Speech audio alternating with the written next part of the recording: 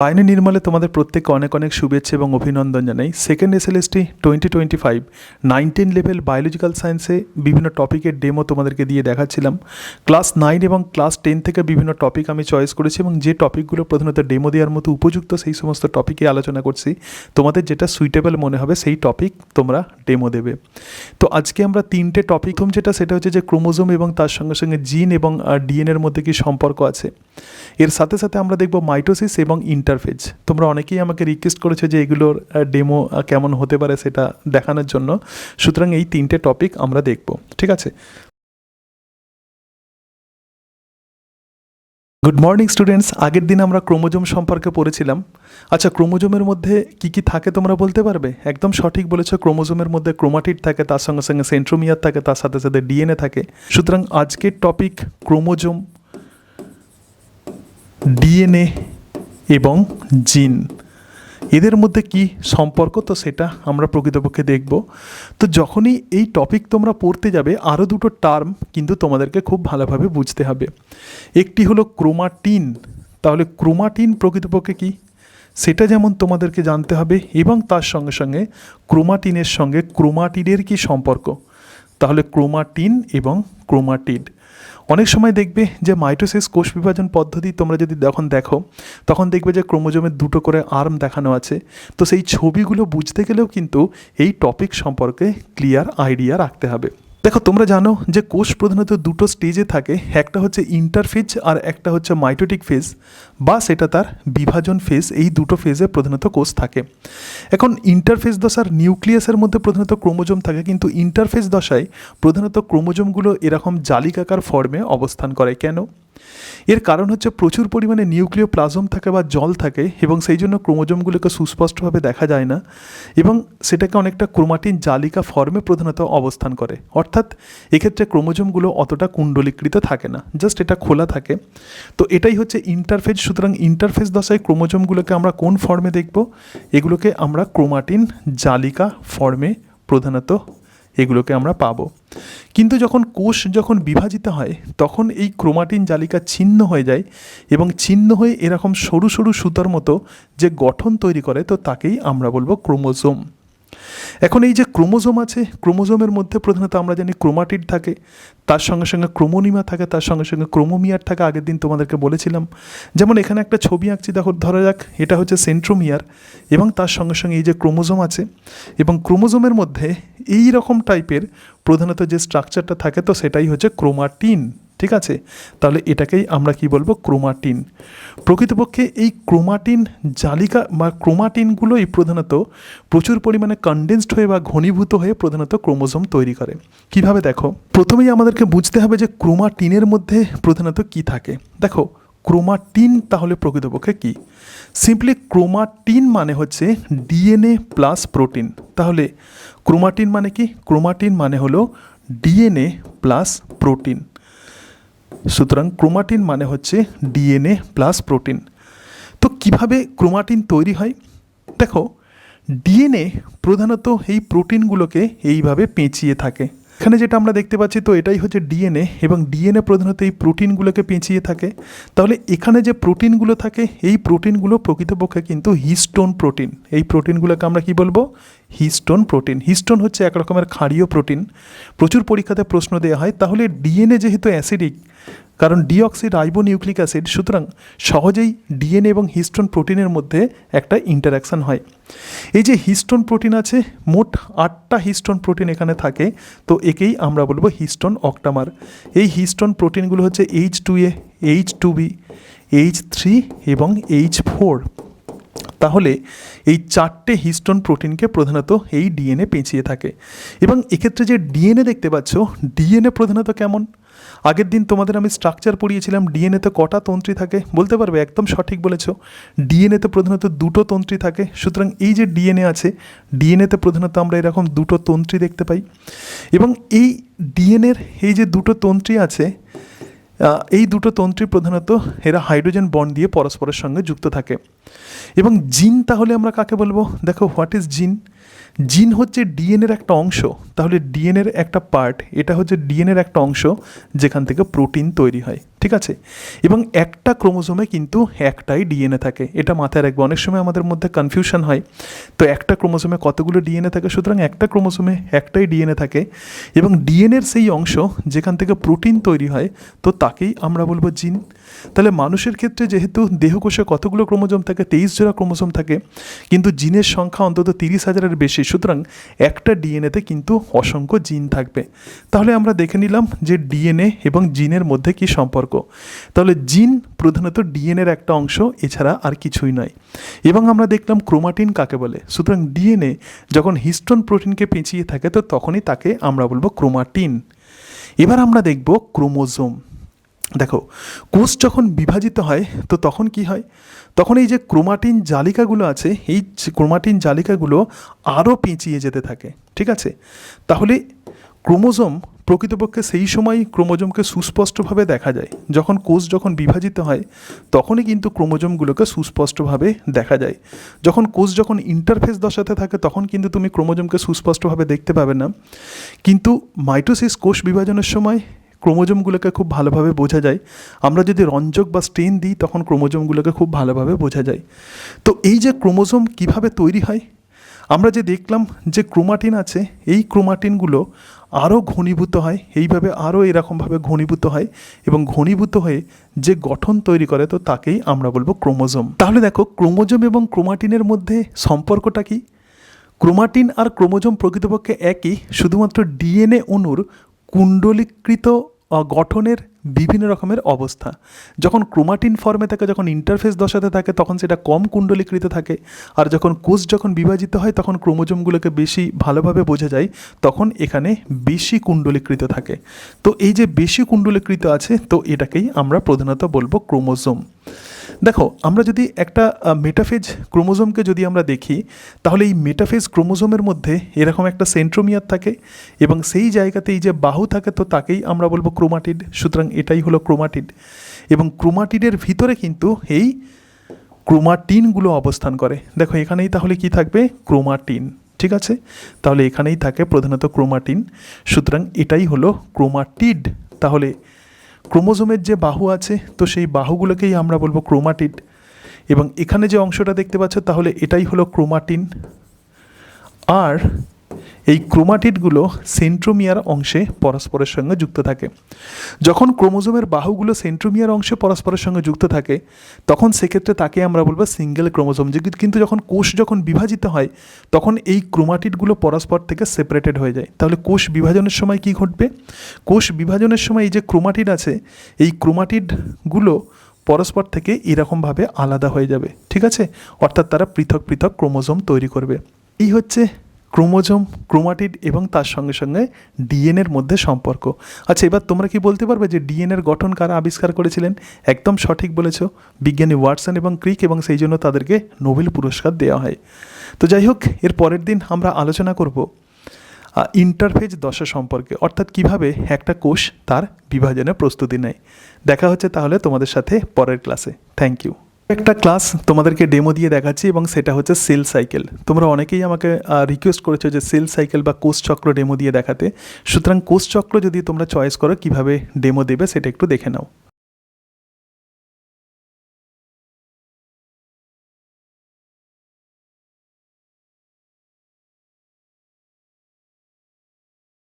Good morning students. আগের দিন আমরা ক্রোমোজোম সম্পর্কে পড়েছিলাম এবং ক্রোমোজোম প্রধানত কোথায় অবস্থান করে। একদম সঠিক বলেছ, ক্রোমোজোম প্রধানত নিউক্লিয়াসের মধ্যে অবস্থান করে। এবং মানুষের দেহকোষে কতগুলো ক্রোমোজোম থাকে? মানুষের দেহকোষে 23 জোড়া ক্রোমোজোম থাকে। কিন্তু আজকে আমরা পড়ব একটা কোষ কিভাবে তার জীবনচক্র সম্পন্ন করে। সুতরাং আজকে আমাদের টপিক হলো কোষ চক্র। তো কোষ চক্রকে ইংরাজিতে কি বলে বলতে পারবে? একদম সঠিক, কোষ চক্রকে ইংরাজিতে বলা হয় সেল সাইকেল। তো একটা কোষের যদি আমরা জীবনচক্র দেখি, কোষের জীবনচক্রকে প্রধানত আমরা দুটো ভাগে ভাগ করতে পারি। দেখো, কোষের জীবনচক্র প্রধানত ইন্টারফেজ এবং মেটাফেজ, এই দুটো ভাগে বিভক্ত। ধরা যাক এটা একটা কোষ আছে এবং এই কোষ ইন্টারফেজ দশাতে কোষের বৃদ্ধি হয়। ইন্টারফেজ দশাতে কোষের কি হবে? কোষের বৃদ্ধি হবে। এবং আর একটা স্টেজ থাকে, তো সেটা হচ্ছে বিভাজন, তো তাকে বলে আমরা মাইটোটিক ফেজ বা এম ফেজ। এবং এই দশাতে কোষ প্রধানত দুটো ভাগে বিভক্ত হয়ে যায়।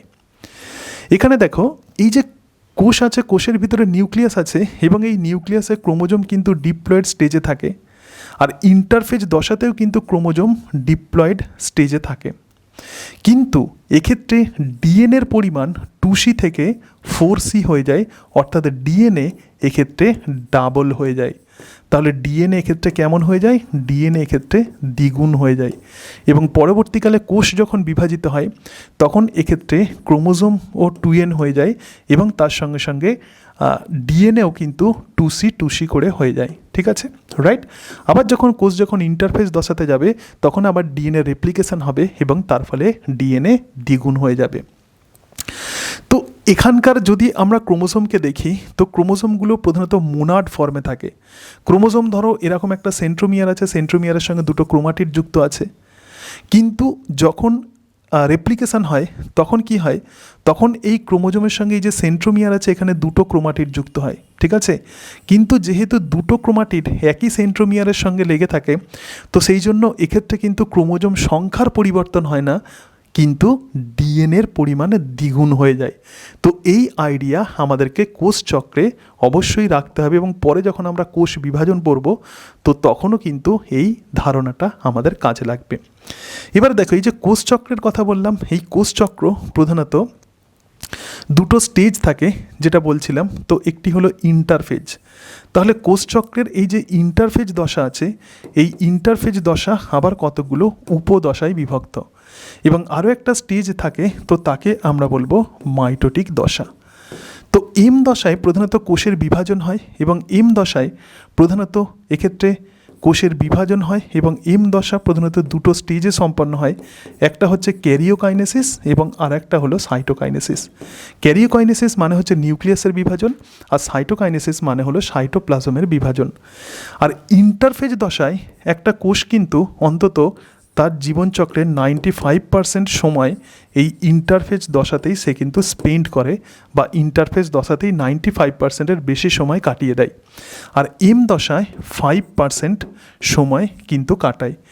আমরা যদি আমরা কোষ দেখি, তাহলে মানুষের কোষের ক্ষেত্রে তার লাইফ সাইকেল যদি 24 ঘন্টা হয়, তাহলে 23 ঘন্টা মানুষের দেহকোষ ইন্টারফেজ দশাতে কাটায়, আর মাত্র 1 ঘন্টা সে কিন্তু এই এম দশাতে কাটায়, অর্থাৎ বিভাজন দশাতে কাটায়। আমরা অনেক সময় পরীক্ষা দিই, তো পরীক্ষা কম সময়ে দিতে হয় কিন্তু প্রিপারেশান অনেক বেশি লাগে। ধরো দেখ, তুমি মাধ্যমিক পরীক্ষা দেবে, তাহলে প্রিপারেশান নিচ্ছে 1 বছর ধরে, কিন্তু পরীক্ষার সময় 3 ঘন্টা। তাহলে অ্যাকচুয়ালি বিভাজনও সেরকম একটা কোষের পরীক্ষা, তার সময় কেবলমাত্র 5% বা 1 ঘন্টা মানুষের ক্ষেত্রে, কিন্তু তার জন্য প্রিপারেশান হচ্ছে 23 ঘন্টা। সুতরাং এই ইন্টারফেজ দশায় একটা কোষ কীভাবে প্রিপারেশান নেয়, অর্থাৎ ইন্টারফেজ দশার বিভিন্ন উপদশাগুলো এবার আমরা দেখব। দেখো, প্রথম যে উপদশা আছে, তো সেই উপদশা হচ্ছে G1 দশা। তাহলে প্রথমে কোন স্টেজ দেখব আমরা? প্রথম যে স্টেজ দেখব সেটা হচ্ছে G1 স্টেজ, বা এটাকে আমরা বলবো গ্যাপ 1 দশা। এবং G1 দশায় কোষের কী হবে? G1 দশায় কোষের অবশ্যই বৃদ্ধি হবে, কারণ একটা কোষকে বিভাজিত হতে গেলে এবং কোষের আকৃতিকে নির্দিষ্ট রাখতে গেলে অবশ্যই কোষের বৃদ্ধি হয়। এবং G1 দশায় হচ্ছে প্রধানত অ্যামাইনো অ্যাসিড এবং তার সঙ্গে সঙ্গে প্রোটিন, অ্যামাইনো অ্যাসিড, প্রোটিন এবং তার সাথে সাথে বিভিন্ন রকমের আরএনএ সংশ্লেষ হয়। এবং এই যে সমস্ত পদার্থ যেগুলো সংশ্লেষ হচ্ছে, এগুলো সব কিন্তু ডিএনএ রেপ্লিকেশানে লাগে, কারণ এর পরেই যে ঘটনা ঘটবে সেটা হচ্ছে ডিএনএ রেপ্লিকেশান G1 স্টেজের পরে। তো এগুলো সব কিন্তু রেপ্লিকেশানে লাগে, এবং কোষীয় অঙ্গাণুগুলোও কিন্তু দ্বিগুণ হয়ে যায়। মানে কোষ বিভাজিত হলে যাতে কোষীয় অঙ্গাণুর পরিমাণ যাতে কম না হয়ে যায়, তো সেই জন্য কোষীয় অঙ্গাণুও কিন্তু এক্ষেত্রে দ্বিগুণ হয়ে যায়। এবং কোষ কিন্তু বিপাক্রিয়ভাবে, এখানে স্বাভাবিকভাবে কোষ কিন্তু সক্রিয় থাকে। এবং অত্যন্ত গুরুত্বপূর্ণ যেটা বিষয়, যে ক্রোমোজোম এক্ষেত্রে মোনাড ফর্মে থাকে। তাহলে ক্রোমোজোম কোন ফর্মে থাকে? ক্রোমোজোম মোনাড ফর্মে, অর্থাৎ ক্রোমোজোমে একটা সেন্ট্রোমিয়ার থাকে এবং এইভাবে ক্রোমাটিডগুলো অবস্থান করে। তো এটাই হচ্ছে প্রধানত G1 স্টেজ। এরপরে আমরা যে দশা দেখব ইন্টারফেস দশার আরও একটা গুরুত্বপূর্ণ দশা, এবং সেটাই হলো এস দশা, প্রচুর ইম্পর্ট্যান্ট। এবং যখন কোষ বিভাজন পড়বে তখন এই সম্পর্কে তোমাকে কিন্তু কনসেপশন রাখতে হবে। তো এস দশায় কি হয়? এস দশায় প্রধানত ডিএনএর রেপ্লিকেশান ঘটে। ডিএনএ রেপ্লিকেশান মানে কি? ডিএনএ রেপ্লিকেশান মানে একটা ডিএনএ থেকে প্রধানত দুটো ডিএনএ তৈরি হয়। দেখো, জীবন স্টেজে প্রধানত কোষ যেরকমভাবে ক্রোমোজোমগুলো যেমন মোনাড স্টেজে ছিল, কিন্তু এস দশায় যেহেতু ডিএনএর পরিমাণ দ্বিগুণ হয়ে যাচ্ছে, তাহলে এক্ষেত্রে কোষের যে ক্রোমোজোমগুলো এগুলো ডায়াড স্টেজে চলে আসে। ঠিক আছে, তার মানে কি? তার মানে এক্ষেত্রে কোষে ডিএনএর পরিমাণ 2C থেকে 4C হয়ে যায়। এটাই হচ্ছে ডিএনএ রেপ্লিকেশান, কিন্তু ক্রোমোজোম সংখ্যা অপরিবর্তিত থাকে। তাহলে ক্রোমোজোম সংখ্যা কিন্তু অপরিবর্তিত থাকে। কেন? কারণ যতক্ষণ পর্যন্ত ক্রোমাটিড এই সেন্ট্রোমিয়ারের সঙ্গে যুক্ত থাকবে ততক্ষণ পর্যন্ত কিন্তু ক্রোমোজোমের সংখ্যা কিন্তু অপরিবর্তিত থাকবে। তো এটাই হচ্ছে এস দশা। এরপরে যে দশা আসবে তো তাকে আমরা বলবো G2 দশা বা গ্যাপ 1 দশা। দেখো, G2 দশায় কোষ কিন্তু প্রচুর পরিমাণে অ্যাক্টিভ হয়ে যায়। তাহলে G2 দশা বা গ্যাপ 2 দশা। তো গ্যাপ 2 দশায় কোষ কিন্তু প্রচুর সক্রিয় হয়ে যায়। আগে আমরা যেমন দেখেছিলাম যে G1 দশায় কোষ কিন্তু প্রধানত স্বাভাবিক তার মেটাবলিজম হয়, বিপাক প্রক্রিয়া হয়, কিন্তু এক্ষেত্রে বিপাক প্রক্রিয়ার হার অনেক বেড়ে যায়, এবং তার সাথে সাথে এক্ষেত্রেও কিন্তু বিভিন্ন রকমের প্রোটিন, তার সঙ্গে সঙ্গে অ্যামাইনো অ্যাসিড, তার সাথে সাথে বিভিন্ন রকমের আরএনএ তৈরি হয়, কিন্তু এগুলো সব এম দশাতে কাজে লাগে। তাহলে G1 দশায় যা তৈরি হচ্ছে সেগুলো, অর্থাৎ অ্যামাইনো অ্যাসিড, প্রোটিন, রেপ্লিকেশনের বিভিন্ন এনজাইম, সেগুলো সব রেপ্লিকেশনে কাজে লাগে। আর এক্ষেত্রে প্রোটিন, অ্যামাইনো অ্যাসিড, আরএনএ যেগুলো তৈরি হচ্ছে সেগুলো সব কিন্তু এক্ষেত্রে এম দশাতে কাজে লাগে। ঠিক আছে, এবং G2 দশায় আরও একটা গুরুত্বপূর্ণ ঘটনা ঘটে, তো সেটা হচ্ছে বেম তন্তুর প্রোটিনগুলো তৈরি হয়। অর্থাৎ কোষ বিভাজন হতে গেলে অবশ্যই বেম তন্তু লাগবে, তাহলে বেম তন্তুর প্রোটিনগুলো কিন্তু এক্ষেত্রে G2 দশাতেই তৈরি হয়, বেম তন্তুর প্রোটিনগুলো তৈরি হয়। এবার তোমাদেরকে আমার প্রশ্ন, এই যে সেন্ট্রোমিয়ার এবং তার সঙ্গে সঙ্গে সেন্ট্রিওল, তো সেন্ট্রোমিয়ার এবং সেন্ট্রিওল তাহলে কোন দশায় দ্বিগুণ হয়? একদম সঠিক বলেছ, এস দশায় দ্বিগুণ হয়। দেখো, সেন্ট্রোমিয়ার যদি দ্বিগুণ না হতো তাহলে এইভাবে ক্রোমাটিডের ডায়েট ফর্ম তৈরি হতো না, এবং তার সঙ্গে সঙ্গে কোষ বিভাজনের সময় যে সেন্ট্রিওল লাগে, তো সেই সেন্ট্রিওলও কিন্তু এস দশায় দ্বিগুণ হয়। তাহলে সি এক্ষেত্রে দ্বিগুণ হয়, এটা মাথায় রাখবে। সেন্ট্রোমিয়ার এবং সেন্ট্রিওল এস দশাতে দ্বিগুণ হয়ে যায়। এবার আমরা দেখব কোষ চক্রের বিভিন্ন চেক পয়েন্টগুলো, এটাও খুব গুরুত্বপূর্ণ। তাহলে এখনও পর্যন্ত যে বিষয় আমরা আলোচনা করলাম সেটা একটুখানি দেখে নাও। দেখো, এরকম একটা কোষ যদি হয়, তাহলে কোষ তার জীবনচক্র যদি সেল সাইকেল যদি হয়, তাহলে তার জীবনচক্রের সবথেকে ইম্পর্ট্যান্ট যে দশা, তো সেটাই হচ্ছে মাইটোটিক দশা বা এম ফেজ। এবং এম ফেজের পরে কোষ প্রধানত যে দশাতে যায়, তো সেটাই হচ্ছে G1 বা গ্যাপ 1 দশা। এবং একটা কোষ কিন্তু তখনই G1 দশা অতিক্রম করবে যদি কোষের মধ্যে প্রকৃত পুষ্টিকর পদার্থ এবং তার সঙ্গে সঙ্গে প্রকৃত সিগন্যাল যদি থাকে, তবেই কিন্তু কোষ কিন্তু বাকি দশাতে প্রবেশ করবে। তাহলে G1 দশার মধ্যে একটা পয়েন্ট থাকে, এবং সেই পয়েন্টকে আমরা বলবো G0 পয়েন্ট। এই পয়েন্টকে আমরা কি বলবো? G0 point. তাহলে কোষ বিভাজিত হওয়ার পরেই দেখে নেয় যে কোষের মধ্যে সঠিক নিউট্রিয়েন্ট আছে কিনা এবং প্রকৃত গ্রোথ ফ্যাক্টর আছে কিনা। যদি না থাকে তাহলে কোষ কী হবে? কোষ চক্র থেকে বেরিয়ে যাবে, মানে কোষ হচ্ছে এক্সিট করে যাবে। আর যদি ইয়েস হয়, এগুলো যদি সব কিছু যদি ঠিকঠাক থাকে, তখন কোষ আবার এক্ষেত্রে রি-এন্টার করবে সেল সাইকেলে। ঠিক আছে, তো এই যে স্টেজ, এটাকে আমরা বলবো G0 স্টেজ। কোনো কোনো কোষ আছে দীর্ঘদিন পর্যন্ত G0 দশাতে থাকতে পারে। এবার কোষের G1 দশা চলছে, বিভিন্ন ক্যারেক্টার যেগুলো বললাম সেগুলো হচ্ছে, হওয়ার পরে একদম G1 দশার শেষের দিকে এখানে একটা চেক পয়েন্ট থাকে। তো চেক পয়েন্ট হচ্ছে সেই সমস্ত পয়েন্ট কোষ চক্রের, দেখো এক্ষেত্রে আমি যে বৃত্ত এঁকেছি তার মধ্যে আমি পয়েন্ট করে দিচ্ছি। তাহলে চেক পয়েন্ট হচ্ছে সেই সমস্ত পয়েন্ট, এগুলো বিভিন্ন ফ্যাক্টরগুলো দেখে নেয়, মানে G1 দশায় সমস্ত ঘটনা সঠিকভাবে সম্পন্ন হয়েছে কিনা সেটা G1 চেক পয়েন্ট চেক করে। এরপরে এখানে চলে আসবে এস দশা। তাহলে এস দশাতেও কিন্তু একদম শেষের দিকে এস ফেজ চেক পয়েন্ট থাকে। রেপ্লিকেশন সঠিক হয়েছে কিনা ডিএনএর, তো সেটা প্রধানত এই চেক পয়েন্ট চেক করে। যদি কোনোভাবে রেপ্লিকেশন প্রপার যদি না হয়, যতক্ষণ না পর্যন্ত সেটা ঠিকঠাক হচ্ছে ততক্ষণ পর্যন্ত সেল সাইকেল কিন্তু এই চেক পয়েন্টেই আটকে থাকে। এরপরে এস দশা থেকে কোষ কিন্তু জি2 দশায় প্রবেশ করে এবং জি2 দশার শেষের দিকেও কিন্তু চেক পয়েন্ট থাকে। জি2 দশার কাজগুলো ঠিকঠাক হয়েছে কিনা সেটা দেখার জন্য প্রধানত এই চেক পয়েন্ট থাকবে এবং এক্ষেত্রে দুটো প্রোটিন প্রধানত নিয়ন্ত্রণ করে কোষ চক্রকে, একটার নাম সাইক্লিন আর একটা হলো সাইক্লিন ডিপেন্ডেন্ট কাইনেস বা সিডিকে।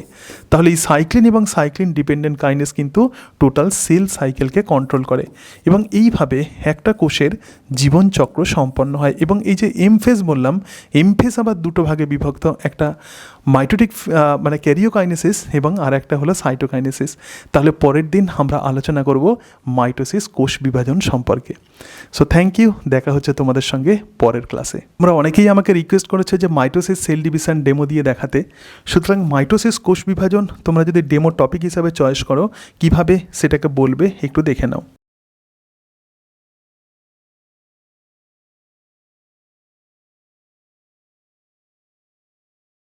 গুড মর্নিং স্টুডেন্টস, আগের দিন আমরা সেল সাইকেল সম্পর্কে পড়েছিলাম। তাহলে ইন্টারফেস দশা কাকে বলে? একদম সঠিক বলেছ, ইন্টারফেস দশা হচ্ছে কোষ বিভাজনের প্রিপারেটরি দশা এবং এই দশায় একটা কোষ বিভাজনের জন্য প্রস্তুতি নেয়। তাহলে এম দশা কাকে বলে? এম দশা হচ্ছে কোষের বিভাজন দশা এবং আজকে আমাদের টপিক কোষ বিভাজনের মাইটোটিক ফেজ। ঠিক আছে, তাহলে আজকে আমরা পড়ব মাইটোসিস কোষ বিভাজন। দেখো, এই যে মাইটোসিস কোষ বিভাজন, এই মাইটোসিস কোষ বিভাজনকে আমরা সমবিভাজন বলবো। কেন? ধরে রাখো এখানে একটা কোষ আছে এবং এই কোষ প্রধানত ডিপ্লয়েড কোষ, মানে আমাদের দেহকোষ, এবং মাইটোসিস কোষ বিভাজন পদ্ধতিতে এই দেহকোষ একবার বিভাজিত হয়ে দুটো অপত্য কোষ তৈরি করে। এখানে কি করবে? দুটো অপত্য কোষ তৈরি করবে এবং এই দুটো অপত্য কোষে ক্রোমোজোম সংখ্যা যেমন সমান হবে, মাতৃকোষের সঙ্গে ক্রোমোজোম সংখ্যা যেমন সমান হবে এবং তার সাথে সাথে এক্ষেত্রে কোষের আকৃতিও কিন্তু সমান হবে এবং সেই জন্যই এই মাইটোসিস দশাকে আমরা বলবো সমবিভাজন। তাহলে দেখো এক্ষেত্রে ক্রোমোজোম সংখ্যা 2n হচ্ছে। এখন মাইটোসিস কোষ বিভাজনে তোমাকে বুঝতে হবে যে কিভাবে একটা 2n থেকে এরকমভাবে এইভাবে 2n যুক্ত দুটো কোষ তৈরি হচ্ছে। দেখো, যখন সেল সাইকেল হয়েছিল তো সেল সাইকেলের এস দশাতে কি হয়? সেল সাইকেলের এস দশাতে প্রধানত ডিএনএর ডুপ্লিকেশান ঘটে এবং তার ফলে ক্রোমোজোমের মধ্যে এরকমভাবে দুটো করে ক্রোমাটিড থাকে এবং এই কন্ডিশনকেই আমরা বলবো ডায়াড। ধরে রাখো এখানে একটা সেল আছে এবং এই সেলের মধ্যে আমরা জানি যে ক্রোমোজোমগুলো সবসময় ডিপ্লয়েড স্টেটে থাকে এবং এই যে ডিপ্লয়েড স্টেজে থাকে তো এগুলোকেই আমরা বলবো সমসমস্ত ক্রোমোজোম। কিন্তু কোষ যখন বিভাজিত হয় তখন কি হয়? তখন কোষ যখন বিভাজিত হয় নিশ্চয়ই ক্রোমোজোম সংখ্যা সমান করতে গেলে অবশ্যই এই রকম ফর্মে ক্রোমোজোমগুলোকে আসতে হবে এবং এই ফর্মেই ক্রোমোজোমগুলো আসে প্রধানত এস দশায়। তো এটা হচ্ছে কনসেপ্ট। এবার এই যে মাইটোটিক দশা আছে, এই মাইটোটিক দশা প্রধানত দুটো ফেজে সম্পন্ন হয়। একটা হচ্ছে ক্যারিওকাইনেসিস এবং আর একটা হলো সাইটোকাইনেসিস। ক্যারিওকাইনেসিস মানে নিউক্লিয়াসের বিভাজন আর সাইটোকাইনেসিস মানে হচ্ছে সাইটোপ্লাজমের বিভাজন। তো নিউক্লিয়াসের যে বিভাজন হয় সেগুলো বেশ কয়েকটা উপদশাতে সম্পন্ন হয়। নিউক্লিয়াসের বিভাজনের প্রথম যে উপদশা তো তাকেই আমরা বলবো প্রোফেজ। সুতরাং প্রোফেজ দশায় কি ঘটনা ঘটে একটু দেখে নাও। দেখো, একটি কোষ যখন ইন্টারফেজ দশাতে থাকে তখন তার নিউক্লিয় পর্দা থাকে, এখানে সাইটোপ্লাজম থাকে এবং নিউক্লিয় পর্দার ভিতরে প্রধানত বিভিন্ন ক্রোমাটিন জালিকাগুলো থাকে। কিন্তু যেহেতু প্রচুর পরিমাণে নিউক্লিয় প্লাজম থাকে তো সেই জন্য ইন্টারফেজ দশাতে কোষকে ভালোভাবে, কোষের ক্রোমোজোমগুলোকে ভালোভাবে বোঝা যায় না।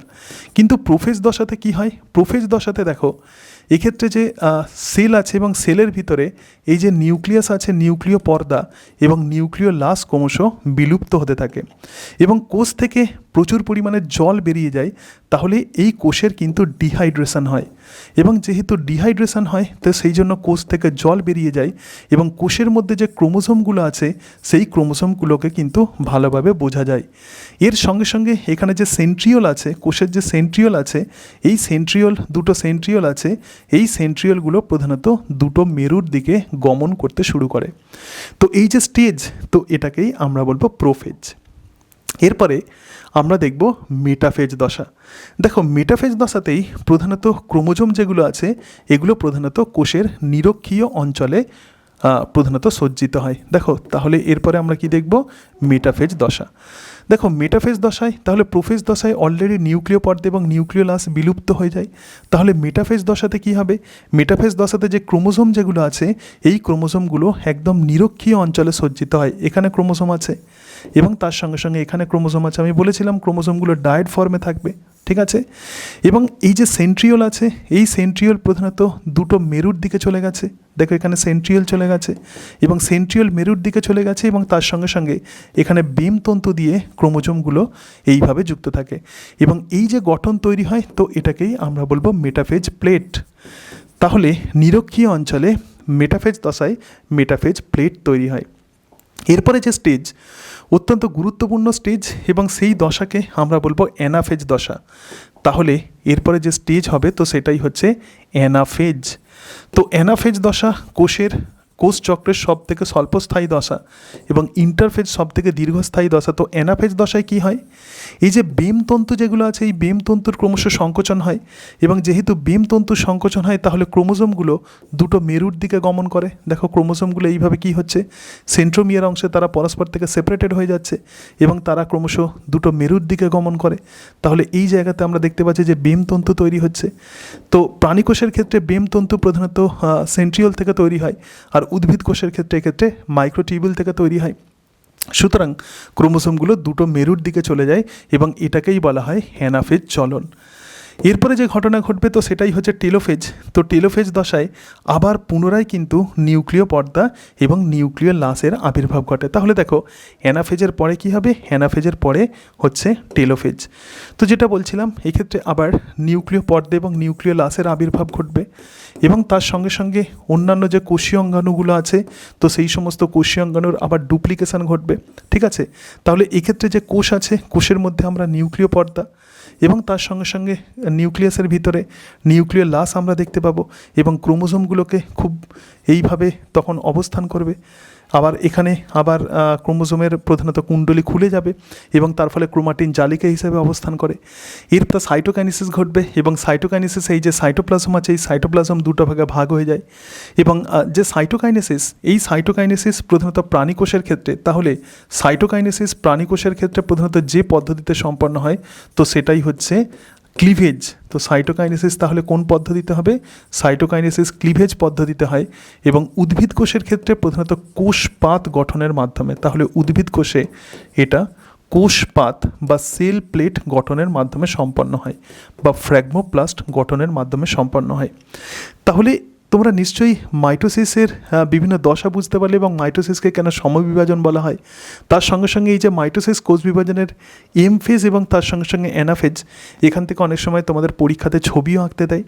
সুতরাং এটাই হচ্ছে প্রধানত মাইটোসিস সেল ডিভিশন এবং পরের দিন আমরা দেখব যে কিভাবে গ্যামেট তৈরি হয়, মানে মিওসিস পদ্ধতিতে প্রাণীদেহে কীভাবে গ্যামেট তৈরি হয়, অর্থাৎ মিওসিসের বিভিন্ন স্টেজগুলো যেমন leptotene, zygotene, pachytene, diplotene, diakinesis, সর্বোপরি ক্রসিং ওভার কাকে বলে, এর পরের দিন আমরা সেই সম্পর্কে আলোচনা করব। সুতরাং দেখা হচ্ছে তোমাদের সঙ্গে পরের ক্লাসে।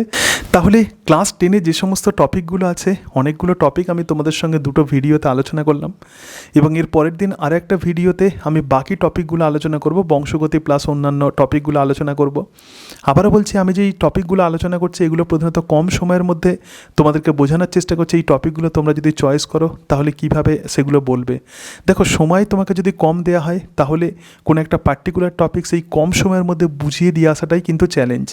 আর সময় যদি অনেক বেশি দেওয়া হয়, তোমরা যেহেতু অনেকে বলছো যে স্যার টাইম মেনশন করছে না, ঠিক আছে, সময় যদি বেশি দেওয়া হয় তুমি তো অ্যাডভান্টেজ পাবে। তো তোমার ক্ষেত্রে যদি সময় বেশি দেওয়া হয় তাহলে মনে রাখবে যে তুমি লাকি।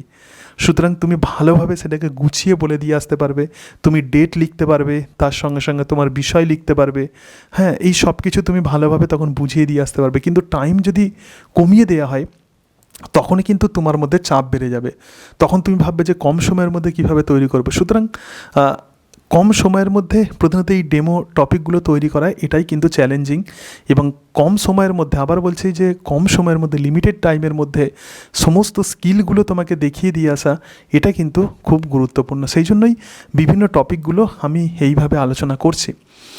এবং এর সাথে সাথে বলবো যে ডেমো হিসাবে তোমরা যে টপিক চয়েস করবে সেই টপিক কিন্তু একদম ডিটেলস নলেজ নিয়ে যাবে।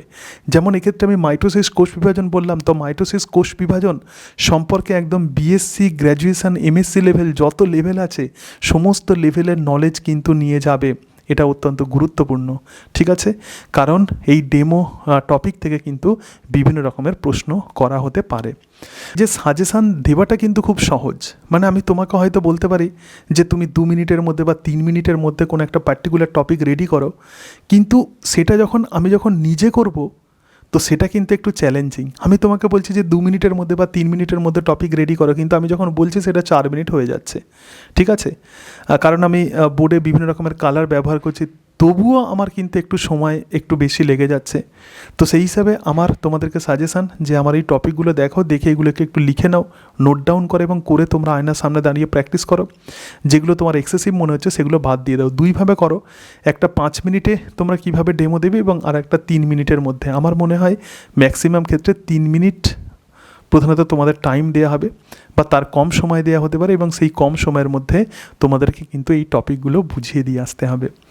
তো আজকে তাহলে এই পর্যন্তই। এর পরের দিন আরও কিছু ডেমো টপিক নিয়ে আমরা আলোচনা করব। Thank you.